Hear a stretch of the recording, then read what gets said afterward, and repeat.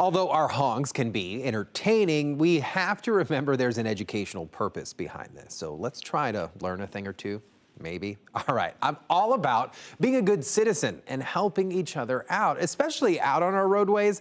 But you can't be an obstruction to help remove an obstruction, even more so when you're just a regular car, maybe a tow truck or something. But this Altima parked the wrong direction to help another person is a recipe for disaster. That's a mess. All right. This is a first for me and absolutely terrifying here. A fully loaded trailer on a very wet I-4. Now, I need you to take a breath and look closer. That trailer is missing a wheel and not looking very stable.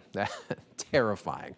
Okay, I don't know where this driver is headed, and I'm going to move here so you can see it, but they may arrive with a few less items. This Mazda is packed to the brim here with what looks to be like a bunch of household items. With the tail up, I think the road rangers are going to have to find some work on their hands here in a second, and they may have to come back and find their laundry. I want to keep seeing the things that you're seeing. Keep your passenger picture, dash camera video coming. Send them over to me to clickorlando.com/whatthehonk or an easy email to asktroopersteve@wkmg.com.